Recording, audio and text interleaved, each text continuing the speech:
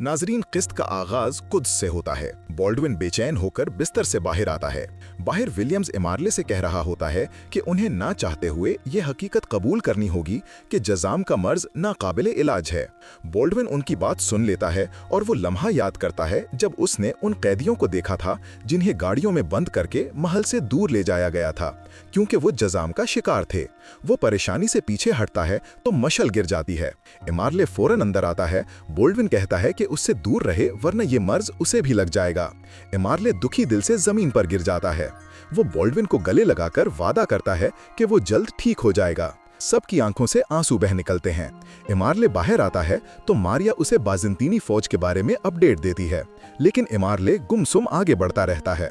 उधर काहिरा में शम्सा सलाहुद्दीन से कहती है कि गुले सहरा के कातिल के साथ एक छत के नीचे रहना उसके लिए तकलीफ दे है। वो सलाहुद्दीन से कहती है कि उसने उन्हें अपने आंसुओं के जाल में फंसाया है। सलाहुद्दीन उसे तसल्ली देते हैं कि वो सब मामला देख लेंगे। वहां सायरा बैरल्स के साथ जा रही होती है तो बोरो उसे शक की बुनियाद पर रोकता है और तलाशी लेने पर उसे बैरल में जैतून का तेल मिलता है। बोरो उसे फिर भी खबरदार करता है कि गलत राह छोड़ दे।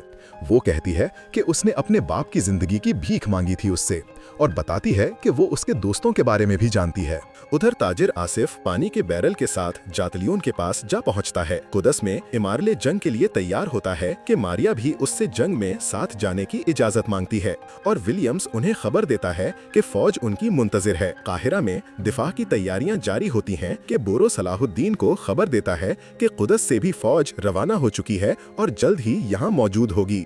काराटीगन भी एक मंडीर पर सिपाहियों को चौकस कर रहा होता है कि सामने से बाज़ंतीनी फौज का एक सैलाब आता देखकर हक्का बक्का रह जाता है। महल में सलाहुद्दीन काजी फाजिल के साथ जा रहे होते हैं कि शम्सा को वहां देखकर पूछते हैं वो बाकी खवातीन के साथ पनाहगाह में क्यों नहीं गईं। वो सलाहुद्दीन को कुरान की एक आयत सुनाती है जिस पर सलाहुद्दीन बेहद खुश होते हैं। इतने में कराटीगन दौड़ता हुआ आता है और खबर देता है कि काहिरा की तरफ बढ़ने वाली फौज की तादाद याजूज माजूज जैसी है और साथ ही बुजुर्ग खबर लाता है कि सुल्तान नूरुद्दीन फौज की क़ियादत करते हुए गिर गए हैं और उनकी हालत तशवीशनाक है। सारी मुसीबतें एक साथ देखकर सलाहुद्दीन अल्लाह से दुआ करते हैं कि कोई खिज़्र भेजें और साथियों की हौसला अफजाई करते हैं कि ज्यादा फौज से रोब में ना आएं। जातलियून आसिफ के साथ मंसूबा बना रहा होता है और ये सुनकर आग बगोला हो जाता है कि मैला काहिरा में मौजूद है। एक मंजर में नूरुद्दीन का इलाज जारी होता है और तबीब कहता है कि उन्हें शाम ले जाना जरूरी है, यहाँ इलाज मुमकिन नहीं। सुल्तान की इस हालत पर सब बेहद परेशान हो जाते हैं। उधर लाड गाय इमारले को खबर देता है कि उन्होंने शाम से आने वाली फौज को पसपा होने पर मजबूर कर दिया और सुल्तान तो पहले ही बीमार थे, उनके मैदाने जंग में दोबारा उठने की कोई उम्मीद नहीं है। जातलियून बताता है कि बाज़ंतीनी फौज काहिरा के दरवाजे पर मौजूद है। इमारले कहता है कि वो सलाहुद्दीन से काहिरा को उनके हवाले करने की बात करेगा क्योंकि इतनी बड़ी फौज की मुज़ाहमत उनके बस में नहीं। मारिया और लाड गाय इमारले की उलझन को भांप लेते हैं और उन्हें मुज़ाकरात का फैसला बिल्कुल पसंद नहीं आता। उसी लम्हे सिंघारियोस दाखिल होता है और बताता है कि उनको दरपेश पानी के मसले को सायरा ने हल किया। बदले में वो सलाहुद्दीन के भाई बोरो को जिंदा चाहती है। लाड गाय मारिया से कहता है कि बोरो से उसने भी हिसाब चुकता करना है। सलाहुद्दीन इमारले को अकेले आता देखकर उससे बात करने के लिए चले जाते हैं। इमारले सलाहुद्दीन को कसीर फौज के रोब में लाने की कोशिश करता है, लेकिन सलाहुद्दीन कहते हैं कि उसकी फौज झाग के अलावा कुछ नहीं, जो जल्द मैदान छोड़कर भाग निकलेगी। इमारले बताता है कि वो आज नहीं भागेगा क्योंकि उसका मकसद मिस्र नहीं बल्कि कुछ और है। सलाहुद्दीन को जब पता चलता है कि वो लतीफ़ के लिए इतनी बड़ी फौज लाया है, वो खलील को फौरन लतीफ़ को लाने का हुक्म देते हैं। इमारले उनकी इस आला ज़र्फ़ी पर दंग रह जाता है। मायला के जिक्र पर सलाहुद्दीन बालिन को दो टोक कहते हैं कि वो अपनी मर्जी से काहिरा में है, कोई उसके साथ ज़बरदस्ती नहीं कर सकता। इतने में लतीफ़ आता है और सलाहुद्दीन उसको दुआएं देते हुए इमारले के हवाले करते हैं और इमारले से कहते हैं कि अब अपनी अपनी सफ़ों में लौटने का वक्त है। और क्या ही दिलकश मंजर है कि इस मेहरबानी पर दुश्मन भी सलाहुद्दीन को सलाम करके जाता है, जिसका जवाब सलाहुद्दीन दिल पर हाथ रख कर देते हैं। काजी फाजिल सलाहुद्दीन की इस नेकी पर खुशी से उनके गले लग जाते हैं। पनाहगाह में सब खवातीन फतेह के लिए दुआगो होती हैं, जबकि मायला शमसा से हसद करने में मसरूफ नजर आती है। इमारले अपनी फौज की तरफ वापस लौटता है और हुक्म देता है कि फौजें वापस मोड़ ली जाएं। इमारले के इस ऐलान से सबके चेहरों का रंग फुक हो जाता है। मारिया कहती है कि वो सिर्फ और सिर्फ अपनी फौज लेकर वहां से जा सकता है और बाज़ंतीनी फौज को हमले के लिए तैयार करती है। लॉर्ड गाय और जातिलयून भी बगावत का ऐलान कर देते हैं। इमारले और बालिन अपनी अपनी फौजों के साथ वापसी का रास्ता लेते हैं और जाते जाते इमारले उन गद्दारों को बदले के लिए तैयार रहने की तनबीह कर जाता है। सलाहुद्दीन इमारले की फौज को वापस जाता देखकर मुतमईन हो जाते हैं, लेकिन अभी भी उनके सामने ताहद्दे निगाह फैला हुआ एक बहुत बड़ा बाज़ंतीनी लश्कर मौजूद होता है। लॉर्ड गाय क़ियादत संभालते हुए शुमाली दीवार पर हमला करने का हुक्म देता है। सलाहुद्दीन दीवार पर हमले के लिए तैयार मंजनीकों पर तीर की बरसात करने का हुक्म देते हैं। 3 सिपाही लॉर्ड गाय के पास जाते हैं और बताते हैं कि वो हमला नहीं कर पा रहे, जिस पर लॉर्ड गाय तैश में आकर एक की गर्दन उड़ा देता है। लॉर्ड गाय दोबारा हुक्म देता है कि मंजनीके आगे ले जाकर हमला किया जाए। जब निशाना ठीक दीवारों पर लगता है तो सलाहुद्दीन बाहर जाकर फौज को ढाने का फैसला करते हैं, लेकिन बोरू किसी सूरत उन्हें बाहर जाने नहीं देता, बल्कि खुद जाने की इजाजत मांगता है। काजी फाजिल और कारातीगन भी सलाहुद्दीन को समझाते हैं कि अगर वो शहीद हो गए तो काहिरा खुद ब खुद ही गिर जाएगा।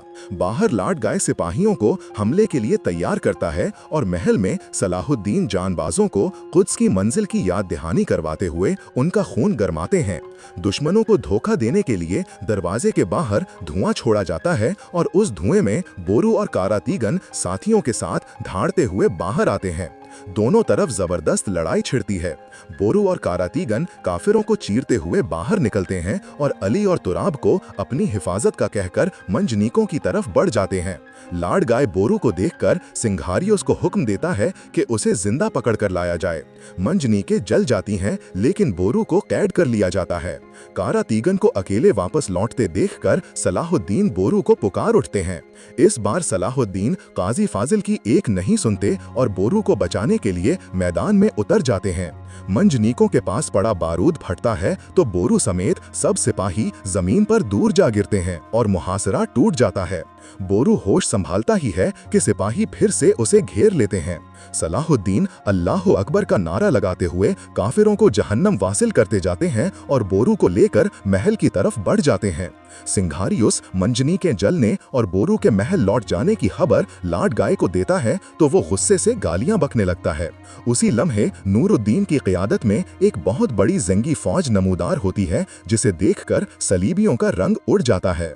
सलाहुद्दीन सुल्तान को देखते हुए कहते हैं कि उम्मत का नूर आ गया है, जो उम्मत को कभी अकेला नहीं छोड़ता।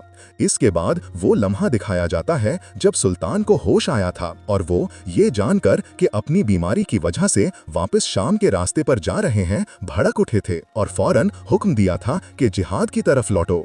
अगले मंजर में काफिरों की फौज आगे और पीछे से मुसलमानों के दरमियान जकड़ी नजर आती है। दूसरी जानिब सायरा और ताजिर आसिफ दूर से परेशान होते हुए ये मंजर देख रहे होते हैं।